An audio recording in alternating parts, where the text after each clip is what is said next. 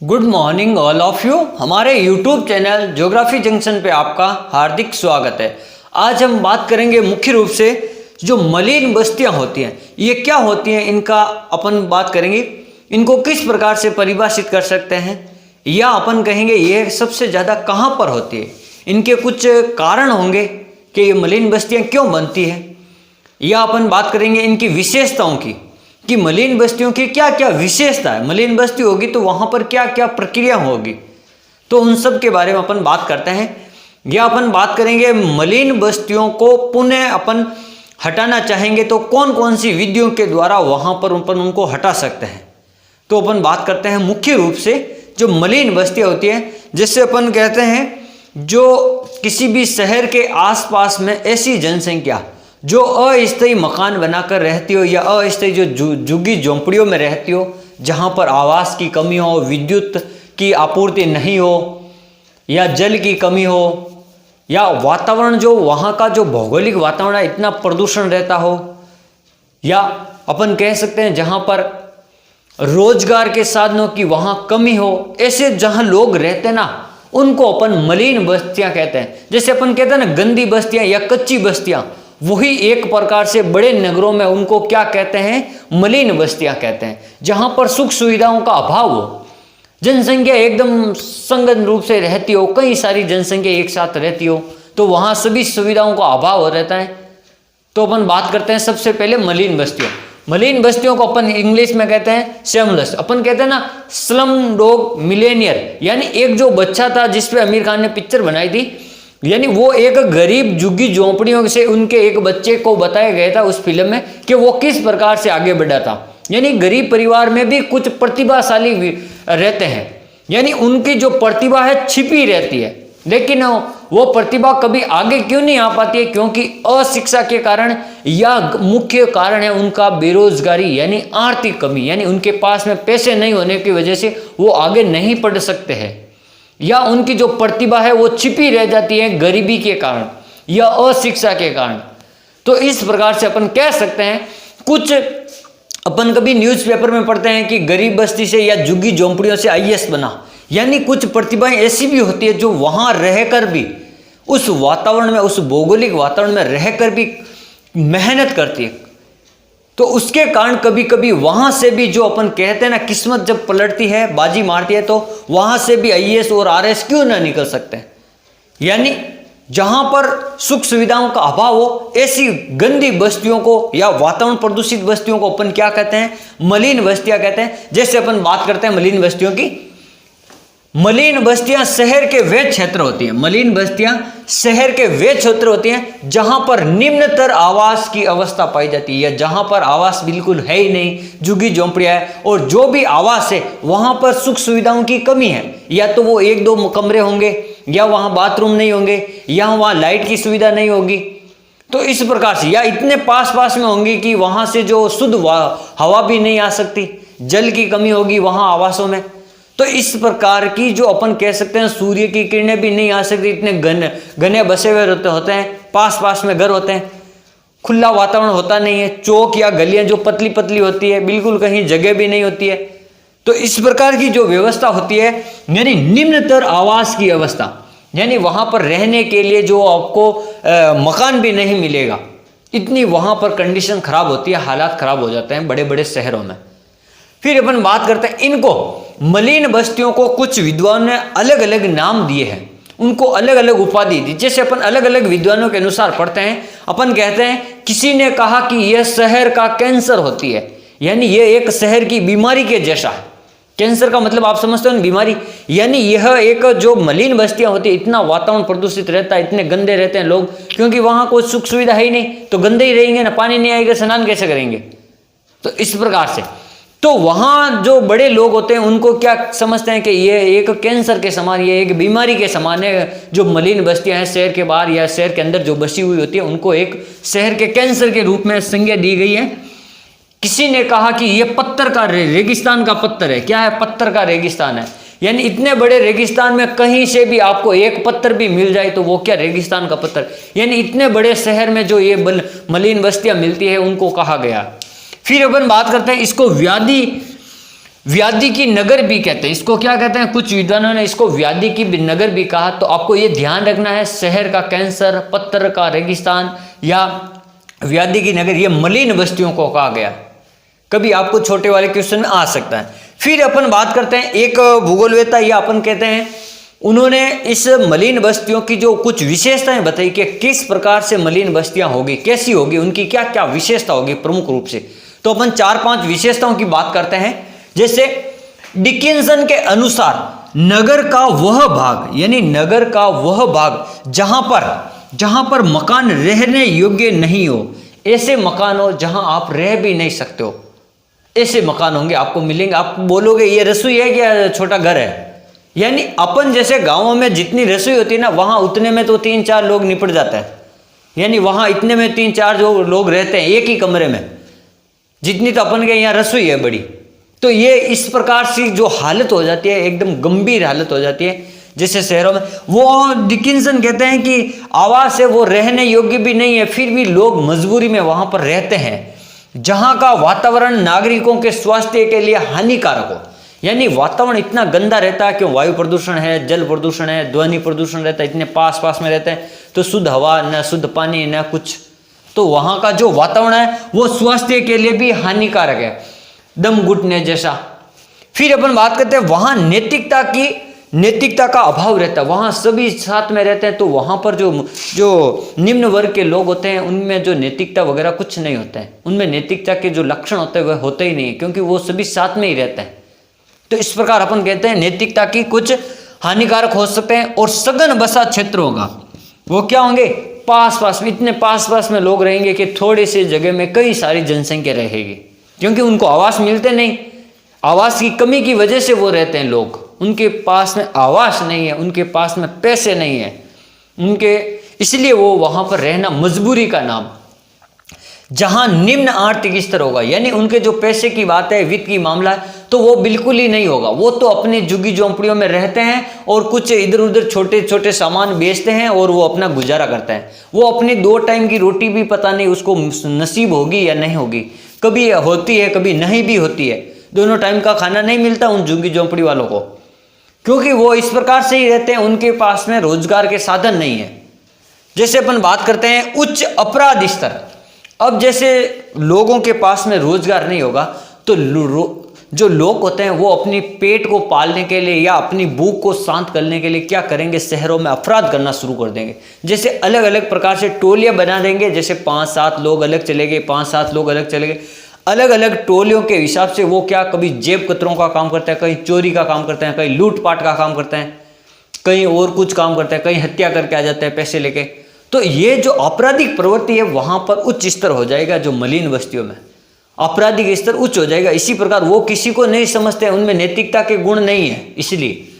फिर अपन बात करते हैं एंडरसन के अनुसार इन्होंने क्या कहा था कि निम्न आर्थिक स्थिति व गरीब लोग रहते हैं, कि मलिन बस्तियों में कौन रहते हैं? जहां के जिनके पास में पैसों की कमी हो, वित्त की कमी हो, और जो गरीब लोग होते हैं ना वो वहां पर रहते हैं, पहली बात। दूसरी, अति भीड़ भाड़ वाला क्षेत्र होगा। मलिन बस्तियां कहाँ होगी? जहां पर जगह नहीं होगी, वहां छोटी सी जगह में बहुत सारे लोग रहेंगे, अति भीड़ भाड़ वाले क्षेत्र में। फिर सामाजिक पृथक्करण, वो अपने समाज से टूट जाते हैं। वो जैसे किसी भी गांव से यहाँ से पलायन करके वहां शहर में गए, अब उनको वापस गांव का कुछ अता पता नहीं है, वो शहर में ही अपना जीवन यापन करते रहते हैं, और जो काम करते हैं उनसे छोटा मोटा, और वो उनसे अपना जीवन यापन करते हैं, यानी वो संबंध टूट जाता है समाज से।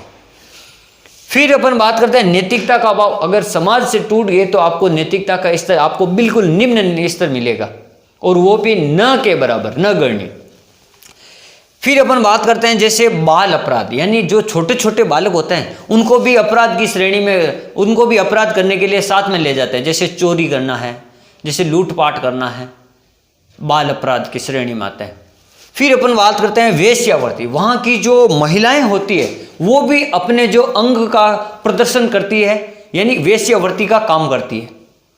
यानी नैतिकता का वो स्तर है वो इतना निम्न स्तर हो गया है, या नगण्य के बराबर हो गया। वो अपने पेट पालने के लिए ऐसा काम करने के लिए मजबूर है। वो अपने शौक से नहीं करती है, वो अपने जो आर्थिक स्तर के लिए, पैसे कमाने के लिए, या अपने परिवार का गुजारा करने के लिए उनको ऐसा काम करना पड़ता है। फिर अपन बात करते हैं ऐसी अनेक बुराइयां वहां आपको मिल जाएगी, जैसे बाल अपराध है, चोरी है, डकैती है, हत्या है, लूट है, पाट है, वेश्यावृत्ति है, ऐसी। फिर अपन बात करते हैं मलिन बस्तियों में भवनों, चौगान या जो गलियां होती है ना, वो बिल्कुल भी संकरी होती हैं और वो अति प्राचीन होती हैं, क्योंकि जो शहर के पीछे, जैसे ये कोई शहर है, यहाँ पे आके लोग चारों ओर रहने लगे, तो अब ये जो बाहर की जनसंख्या बाद में आएगी वो इस प्रकार धीरे धीरे बाहर बसना शुरू हो जाएगी, तो ये बीच में रह जाती है। तो ये क्या रह जाए, अति प्राचीन, यानी बहुत ही प्राचीन है।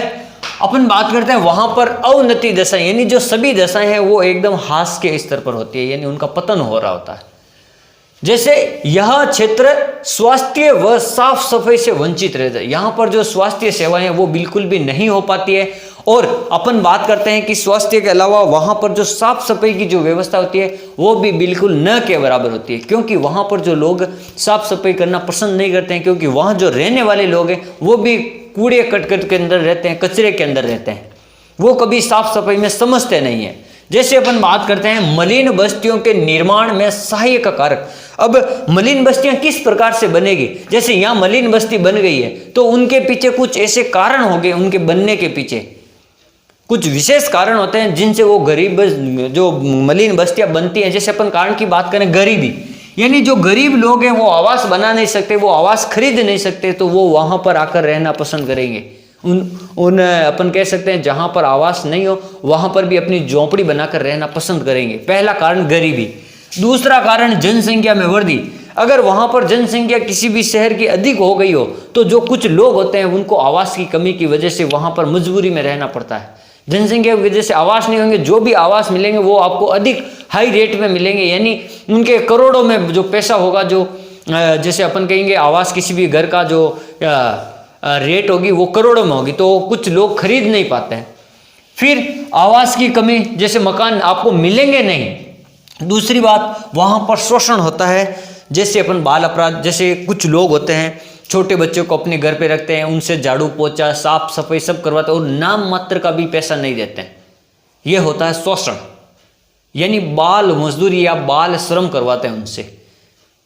तो ये कई आपको बड़े बड़े घरों में मिल जाएगा। फिर अपन बात करते हैं ग्रामीण बेरोजगारी। जो गांव में जो बेरोजगारी है वो क्या करेंगे, गांव से क्या करेंगे, शहर जाएंगे, और शहर जाएंगे तो फिर वहां उनको रहने के लिए जगह नहीं मिलेगी, तो उनको भी वहां रहना पड़ता है। तो इस प्रकार ये भी जो सहायक है, ग्रामीण की जो बेरोजगारी होती है वह भी यहाँ की जनसंख्या या मलिन बस्तियों को बढ़ावा देती है। यानी शहरों में इतना ज़्यादा औद्योगिकरण और नगरीकरण हो गया है कि वहाँ पर जनसंख्या तो ज़्यादा बढ़नी है। क्यों, उद्योग धंधों में काम करने के लिए लोग भी चाहिए, क्योंकि बेरोजगार व्यक्ति क्या रोजगार के लिए उद्योग धंधों में ज्वाइन करेगा। तो इसलिए वहाँ पर मलिन बस्तियों को बनने का एक मुख्य कारण है उद्योगीकरण व नगरीकरण। फिर अपन बात करते हैं श्रमिकों की अधिकता, यानी शहर में इतने ज़्यादा श्रमिक हो जाएंगे। जैसे अभी आपको पता होगा जो कोरोना काल के अंदर जितने भी जो लोग थे बड़े बड़े उद्योग धंधों में, फैक्ट्रियों में, कारखानों में, मिलों में या अन्य निजी कार्यालयों में काम करने वाले जो मजदूर वर्ग थे, जो 4th ग्रेड या 3rd ग्रेड लोग थे, मजदूरी करने वाले अकुशल मजदूर थे, उनकी संख्या इतनी ज़्यादा गाँवों की ओर पलायन करने लगी उन शहरों से।